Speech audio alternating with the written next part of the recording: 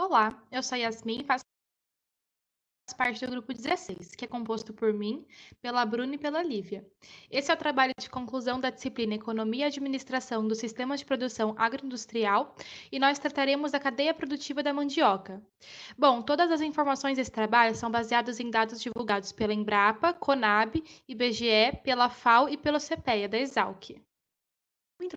Introdução é interessante falar o nome científico da mandioca, que é Manihot esculente, mas popularmente ela também é conhecida como macaxeira, aipim, mandioca, e isso varia de acordo com a região, cidade, estados e etc.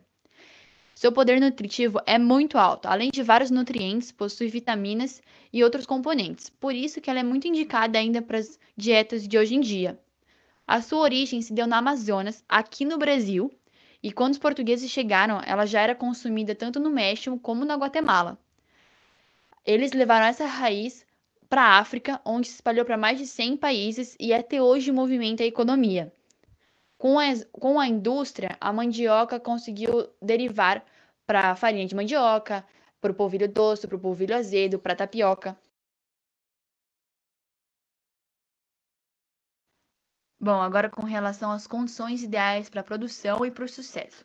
Foi dito anteriormente que conseguiu se espalhar rapidamente por vários países. E sim, isso se dá porque a raiz consegue ter um poder, digamos, de adaptação fácil. Em algumas condições, precisa ter um pouquinho mais de atenção. Para avaliar o cenário ideal, foram considerados 5 pontos, que é a altitude, latitude, temperatura, iluminação e umidade. O primeiro, que é a altitude, o indicado é que esteja entre 600 metros a 800 metros, mas nada impede de que esteja desde o nível do mar até 2.300 metros.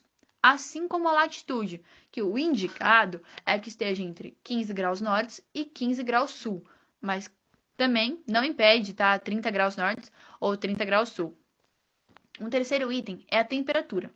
Esse item, o importante é que esteja acima de 15 graus Celsius, porque abaixo disso paralisa o processo germinativo. Então, o indicado é que esteja entre 20 graus Celsius a 27 graus Celsius. O próximo item é a iluminação. Se a média diária de iluminação é maior, digamos que vai ter mais fotossíntese e a parte arbórea vai se desenvolver mais, consequentemente, a raiz vai se desenvolver menos. E, em contrapartida, aqueles locais que têm uma média de iluminação menor, as raízes vão acabar se desenvolvendo mais. Mas isso vai mudar mais digamos que a parte física da mandioca. A qualidade em si, o importante é que a média a média de iluminação diárias entre os dias não varie muito. Por fim, a umidade. Também existe a média de milímetros anuais favoráveis, que é entre 1.000 a 1.500 milímetros anuais. Mas, como dito, nada impede de ter a 500 milímetros anuais. O importante é garantir que os primeiros 5 meses de germinação da raiz sejam em períodos úmidos, para garantir a qualidade do solo. Assim como nada impede de ser em um local bem mais úmido, com 4.000 milímetros anuais. Só precisa ter atenção à umidade do solo e drenar se necessário. Bom, para podermos compreender um pouco mais sobre o cultivo e sobre a cadeia produtiva da mandioca, é fundamental saber quais são as características dessa planta. Primeiramente, uma das principais qualidades é a geração de um dos mais elevados volumes de carboidrato por área de cultivo, o qual pode durar por muitos meses plantado até mesmo em situações de adversidade. Como visto anteriormente, a mandioca é uma planta que se adapta muito facilmente às diferentes condições externas, como desnutrição dos solos, escassez de chuva e irrigação, elevadas temperaturas, queimadas anteriores, clima seco e desértico e até mesmo baixo nível de conhecimento e técnicas por parte dos produtores rurais.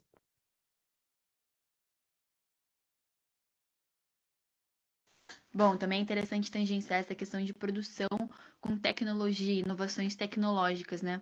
Existe a tecnologia BRS-CS01, que resultou em uma cultivar que consegue conciliar tempo com quantidade, além de ser mais sustentável. Ela possui 2 ciclos de colheita, então ela consegue ter a primeira colheita aos 12 meses e a segunda aos 18 meses. Então ela é mais precoce, né? Com relação a quantidade dita anteriormente, justamente por ela ter um porte mais alongado, ela otimiza mais o uso do solo. Em um menor solo consegue ter mais raízes, digamos.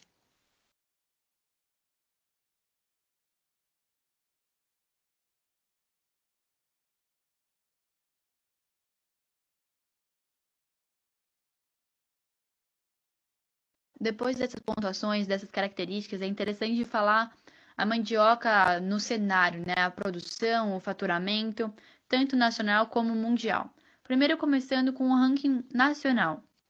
Até 2018, de acordo com o IBGE, o Brasil produzia 20,8 milhões de toneladas em 1,4 milhões de hectares. E não em 2018, mas em 2016, a FAO, que é Organizações das Nações Unidas para a Agricultura e Alimentação, contabilizou que o Brasil faturou quase 100 trilhões no ano de 2016 com a mandioca e todos os seus derivados, né? Voltando ao cenário de 2018, o IBGE colheu que os três maiores produtores no Brasil eram Bahia, Mato Grosso do Sul e Pará.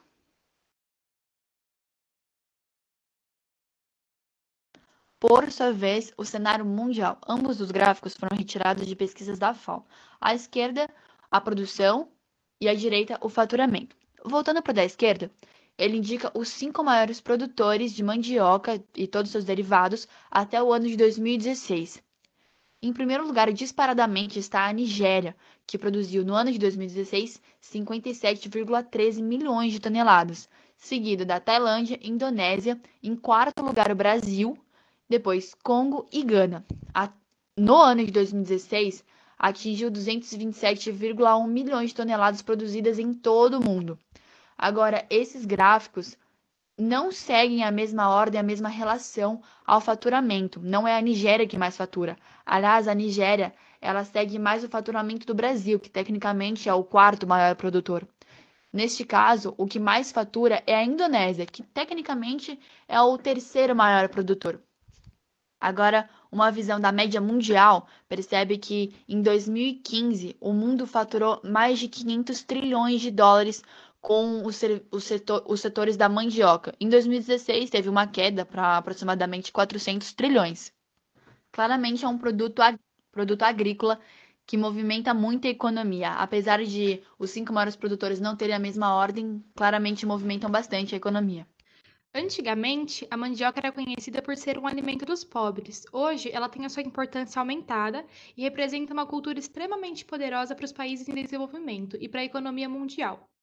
Ela é um dos maiores fornecedores de energia e caloria e por isso é tão fundamental para a segurança alimentar, principalmente a algumas comunidades carentes, servindo desse modo como alimento básico para mais de 700 milhões de pessoas, distribuídas por aproximadamente 105 países.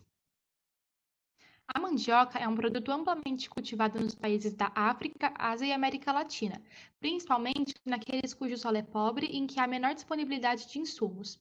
Por outro lado, é um alimento extremamente pobre em proteínas e por isso é pouco cultivada e consumida na América do Norte e na Europa.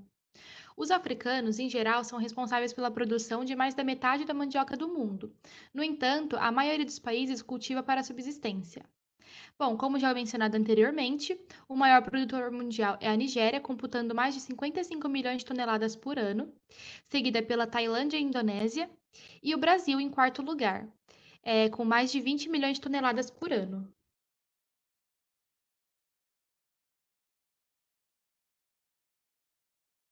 De acordo com informações divulgadas pela Embrapa, o quadro brasileiro de cultivo de mandioca tem sido bastante estável nas últimas décadas. Com base nisso, serão feitas algumas análises acerca do cenário brasileiro, baseadas nas regiões do país e a partir dos critérios de área plantada, produção média e produtividade de cultivo. O primeiro gráfico representa a evolução da área de cultivo de mandioca por hectare nas regiões do Brasil. Como se pode ver, na liderança encontram-se o Norte e o Nordeste. O Norte apresentou um crescimento de quase 20% desde a década de 90, enquanto o Nordeste, que está em primeiro lugar, passou por oscilações, mas se mostrou em queda nos últimos anos. As regiões Sul, Sudeste e Centro-Oeste ocupam as posições mais baixas do gráfico. Essa grande diferença de área de produção pode ser explicada pelo fato da mandioca ser o alimento mais pobre e cultivada principalmente pela agricultura familiar. Enquanto as regiões mais pobres investem nessa cultura por conta do seu baixo custo, as mais ricas adotam um sistema de produção mais polivalente, fazendo um uso mais amplo de suas terras para o cultivo de produtos de diferentes segmentos. O segundo aspecto analisado, nesse segundo gráfico, é o da produção anual de mandioca em toneladas. Nesse gráfico é possível observar que o norte assume protagonismo e que há maior participação da região sul do país. E que, apesar de possuir as maiores áreas de cultivo, o Nordeste deixa seu posto de liderança para assumir o lugar de segundo maior produtor brasileiro. Esse fator também está ligado ao alcance dificultado às técnicas mais aprimoradas de cultivo, ao baixo acesso aos fertilizantes, defensivos agrícolas e métodos de aprimoramento genético. Isso faz com que os produtores rurais, tanto do Norte quanto do Nordeste, não consigam ter um aproveito total de suas áreas cultivadas, que não são completamente produtivas nesses casos. Bom, seguindo com os gráficos de evolução, esse terceiro trata da produtividade por hectare plantado. E nele ocorre outro fenômeno curioso, porém explicável. As regiões Sul, Centro-Oeste e Sudeste, que no ranking de áreas de cultivo assumiam as últimas posições, agora encontram-se nos primeiros lugares em relação à produtividade, deixando o Norte e o Nordeste para trás. Essa situação reflete a situação econômica e desigual do país, em que, apesar de os estados localizados nas regiões norte do mapa serem detentores das maiores áreas de cultivo, eles não possuem os insumos e os mecanismos necessários para tornarem suas plantações suficientemente produtivas. Por outro lado, no Centro-Sul estão localizados os estados que mais investem nas áreas de pesquisa e desenvolvimento, em técnicas agrícolas de mecanização do campo e melhoramento genético e manejo adequado de pragas, entre outros fatores que contribuem para a produtividade da agricultura. Para finalizar, é importante apresentar esse gráfico representativo da distribuição percentual da produção de mandioca em solos brasileiros. Nota-se que todos os estados das regiões Sul, Sudeste e Centro-Oeste juntos detêm o maior percentual de produção, representando 38,8% da produção brasileira de mandioca. Em seguida, tem-se a região Nordeste em sua totalidade, que produzem 25,10% de toda a mandioca do Brasil. Pode-se considerar um percentual bem elevado se você for ver que compete com a união de todos os estados das regiões Centro-Sul. Esse elevado nível produtivo da região Nordeste é reflexo das suas extensas áreas de cultivo e do foco na monocultura de mandioca. Assumindo o terceiro posto, encontra-se o estado do Pará sozinho, e ele é responsável por 20,55% da produção de mandioca em território nacional, representando também 56,96% dos regimentos do Norte. E por último, na quarta posição, estão os demais estados representantes da região Norte. Ao fim dessa análise do panorama geral do cultivo e comercialização da mandioca no Brasil, pode-se concluir que, apesar do Norte e Nordeste possuírem as mais amplas áreas de cultivo, são regiões não tão produtivas, pois não possuem insumos e técnicas suficientes para aprimorar suas produções.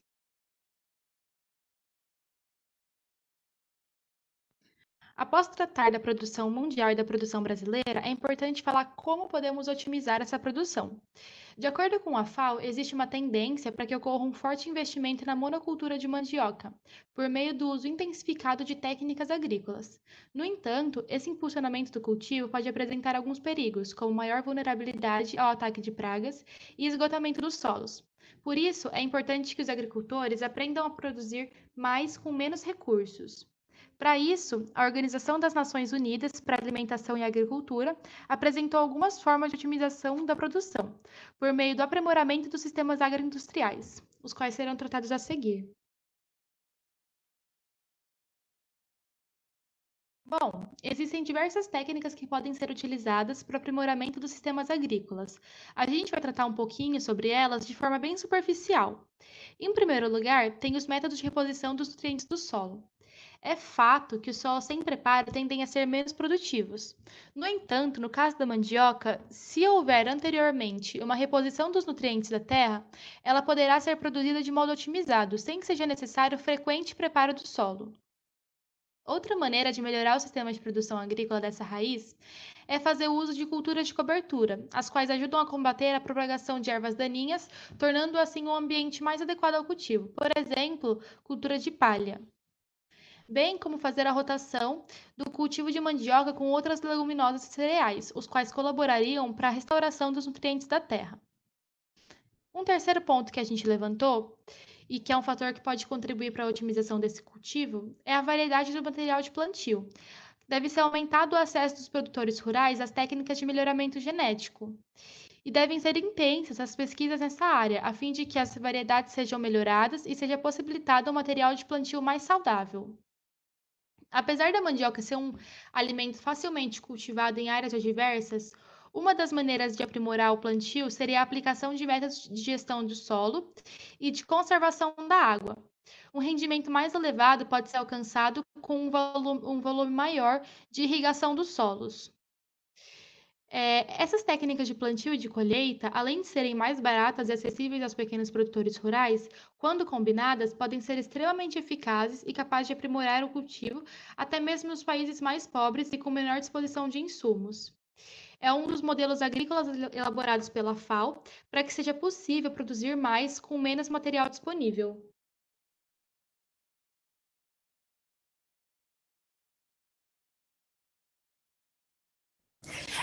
Bom dia, meu nome é Bruna e eu vou falar um pouco sobre a cadeia produtiva da mandioca. Antes de começar a falar sobre a cadeia em si, é bom fazer algumas considerações. Primeiro, apesar da mandioca ser um cultivo muito relevante, ela acaba não sendo tão estudada quanto as demais commodities agrícolas. Principalmente porque ela é muito vista como um bem inferior, uma cultura de quintal, que não tem alta lucratividade.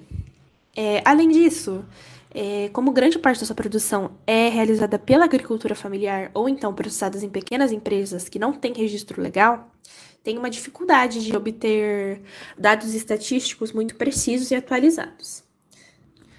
Porém, mesmo com essas considerações, é importante ver como essa cadeia de produtiva da mandioca ela é importante, principalmente porque ela consegue se destacar mesmo sendo diferente das demais cadeias dos demais insumos agrícolas, que são todos oligopólios, que concentram suas indústrias em apenas uma região do país, enquanto a mandioca ela é completamente diferente.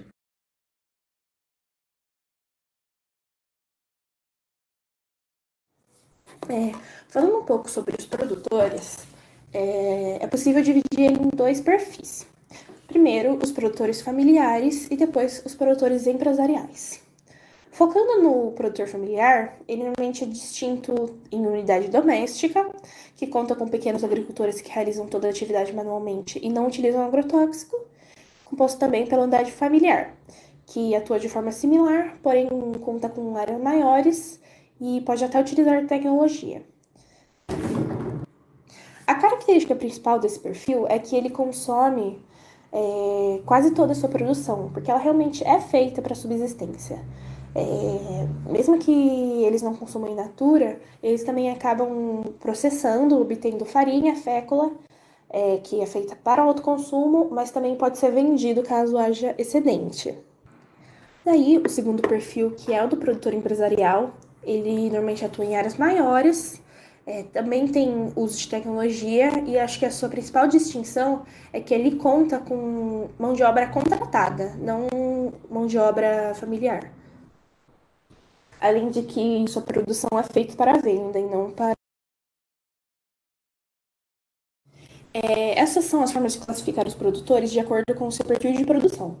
Mas também há como classificá-los pelo objetivo do cultivo. Segundo o Xavier, pesquisador da Embrapa, há 3 tipos de mandiocultores. Mandiocultor 1, que produz as raízes para o consumo próprio e para o mercado consumidor. O mandiocultor 2, que produz a raiz para venda e transformação em derivados, principalmente a farinha, que é utilizada no autoconsumo e na comercialização do excedente. E por último, há o mandiocultor 3, que produz mandioca exclusivamente para transformação em derivados.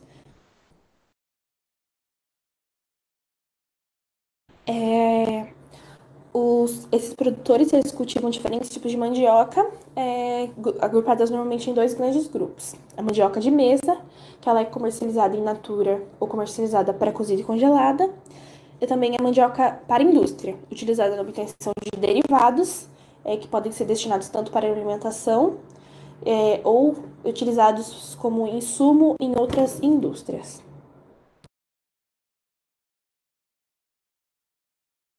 Assim como tem diferentes perfis de produtores, há diferentes perfis de processadores, que são aqueles que vão transformar a mandioca nos seus derivados e subprodutos.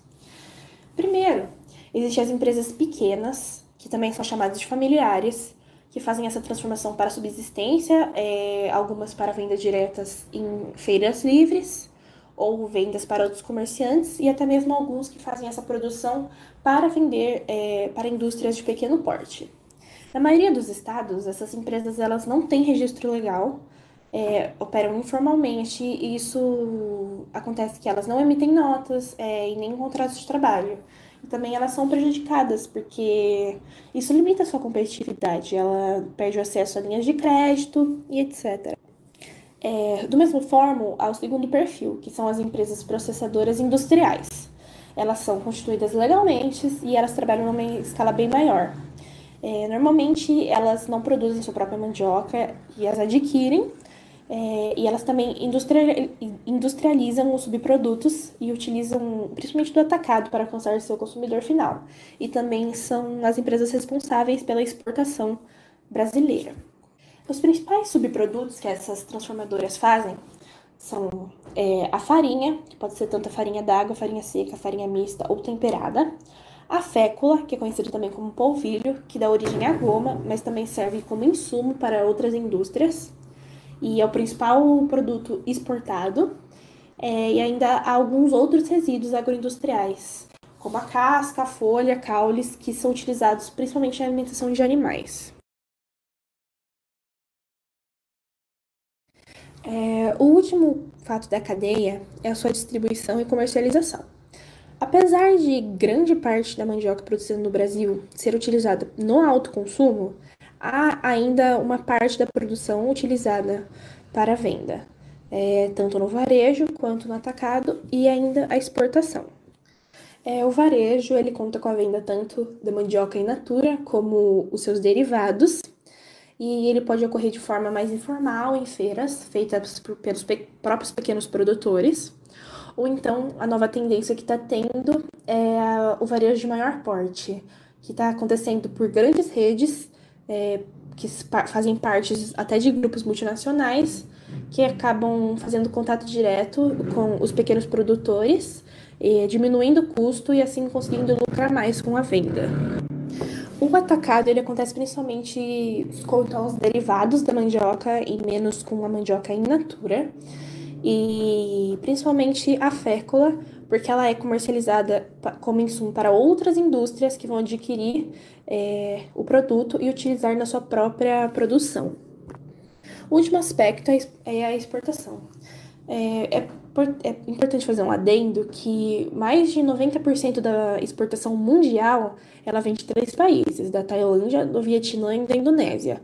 Ou seja, o espaço que as exportações brasileiras ocupam no mercado mundial é bem pouco, inclusive é menor do que 1%.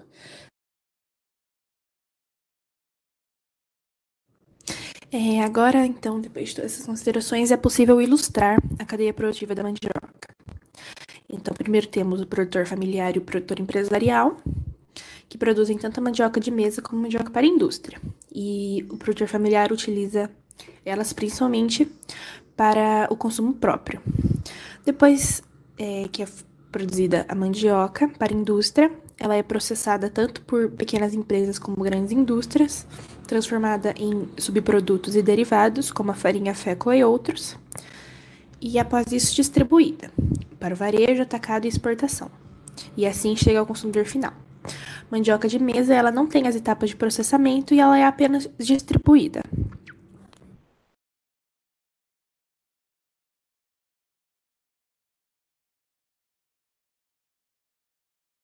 Algumas considerações finais a serem feitas é que, como pode ser visto, toda a cadeia da mandioca é bem diferente dos demais insumos agrícolas. Entretanto, essa cadeia nem sempre ela segue o padrão em todos os lugares. Como a gente sabe, o Norte e o Nordeste ele tem áreas amplas de cultivos, só que eles não possuem nenhum desenvolvimento, porque o cultivo da mandioca, na maior parte do país, ele é bem precário. Ou seja, ela poderia ser muito melhor aproveitado se tivesse desenvolvimento, acesso a maiores tecnologias, maiores insumos, tivesse fertilizante, tivesse áreas, empresas e tudo isso. Então ela poderia ser uma das maiores culturas do país.